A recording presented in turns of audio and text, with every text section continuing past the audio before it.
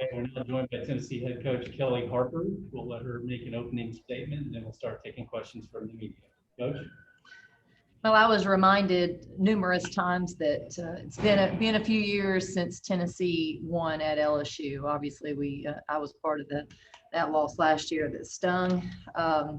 But you also come down here and know this is a really good basketball team that we're playing against. They're hard. It's a hard game to play. Their style is unique, and it can be a grind for the opposing teams.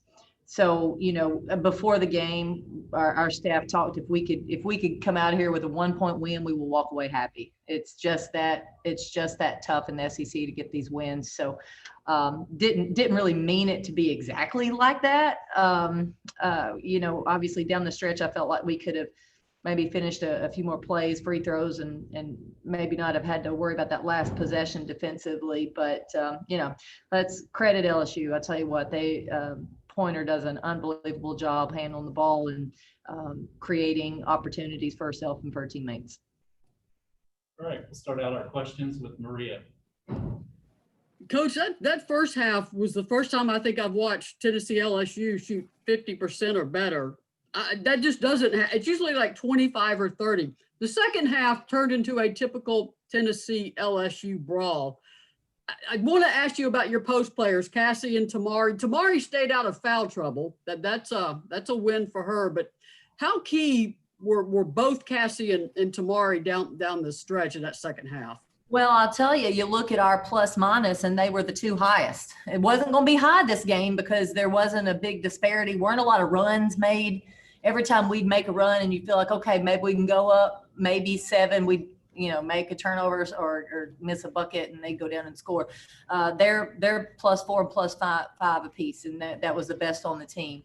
I think they did a good job scoring, looking for their opportunities. I think people had to worry about them even when they weren't scoring. When they, you had to account for them. I thought they did a nice job on the boards, some offensive boards and putbacks. And a very quick follow-up. When Tamari snared, I think it was an air ball or a deflected ball, and grabbed that ball to get you those late points, how key was that towards the end of the game? I thought that bucket for her was good. I don't know when we had scored prior to that, but I felt like that was kind of you could breathe again. That was a big basket by her, and I thought she was pretty active down on the block. And again, that's her size. That's the advantage that we have. It wasn't a play going to her. She was able to then obviously clean up something and stick it in. Jordan? Hey, Kelly, both Cassie and Tamari kind of talked about this, about how really down the stretch in this game, they were able to stay together as a team.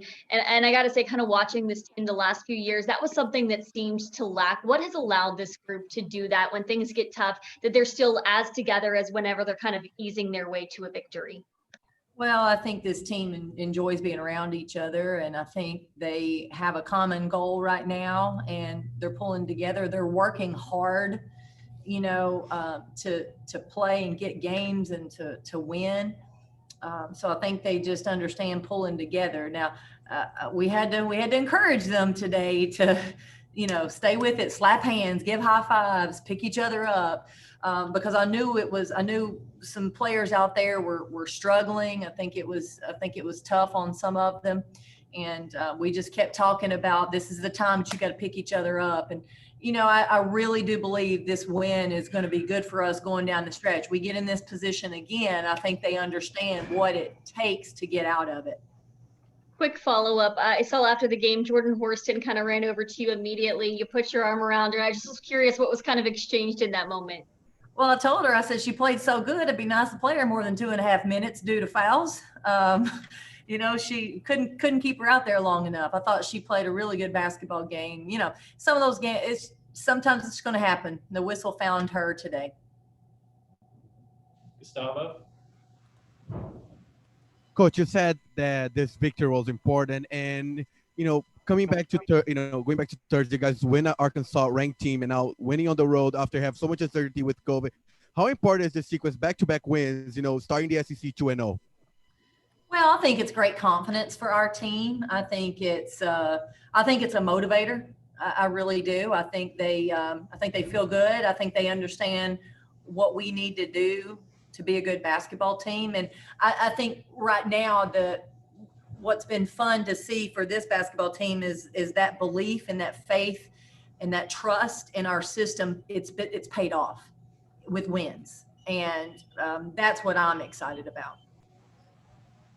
Lewis? Kelly, you mentioned that, playing LSU is always difficult because they have such a unique style of play. So what can you guys take away from this game that will, extrapolate over to teams that play a more conventional or play a different style? Well, I think I think the first thing that comes to my mind, to me, we didn't play great. We didn't play a great basketball game. I thought we had some people that were a little, maybe a step slow for whatever reason. And we'll get all those stuff corrected. But I didn't think we played great. So that's going to happen sometimes. And it's going to happen again where you don't shoot the ball well or you're struggling to make plays. So when that happens again, if it does, then we have something to fall back on. Oh yeah, we can still do this. We can still find a way to get a win in a game like that. To me, that's going to be one of the biggest takeaways for this game. Ben? Coach, what was your take on the free throw issues? And then after you kind of missed those 4 towards the end, what was the message in the huddle and what you wanted to accomplish on that last possession? Well, we had, I think we have kids that can make some that missed a few down the stretch. You got to step up there with confidence and knock them down. We didn't get a shoot around in here this morning. When we missed some free throws in the first half, that was my immediate first thought. But then you don't dwell on that in the middle of the game. You just, hey, we're on to the next play. We can't be discussing those missed free throws right now. We got to be on to the next play. So the last play, we talked about our scheme, how we wanted to try to defend, and where we wanted to go with our individuals, and just had to be tough. Will? Hey, Gil. Yeah. Last night, Gino Auriemma tied Pat Summitt's win record, and he'll have a chance to break that this week just ahead of y'all's game. I was wondering, what thoughts you had on that, especially with UConn just down the road. Well, to be honest with you, I'd forgotten about that. I knew he was coming close to it. To me, Pat set the bar so high, and really put something out there, really grew our game, and elevated a lot of other programs in the country. But it's an elite group. It is an elite group, and just congratulations to him. And as a quick follow, I'm not sure we'll be able to talk to you between now and then, but what are you guys going to have to do against Georgia to kind of keep the momentum that you've built rolling? Well, tonight we had too many turnovers tonight. It's the largest largest turnover amount we've had since our West Virginia game. So, we've got to get back to taking care of the basketball.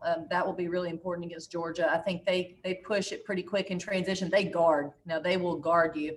So we've got to be a little bit sharper offensively to get good looks and, get back in transition and focus in on the details.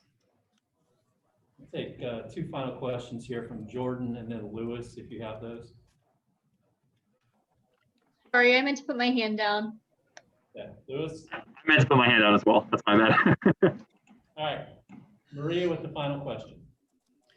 Coach, I believe the last time you flew home from Baton Rouge, I think I said the steam coming off your head could have powered that airplane back to Knoxville. You were so angry. How much better is the flight going to be home this evening?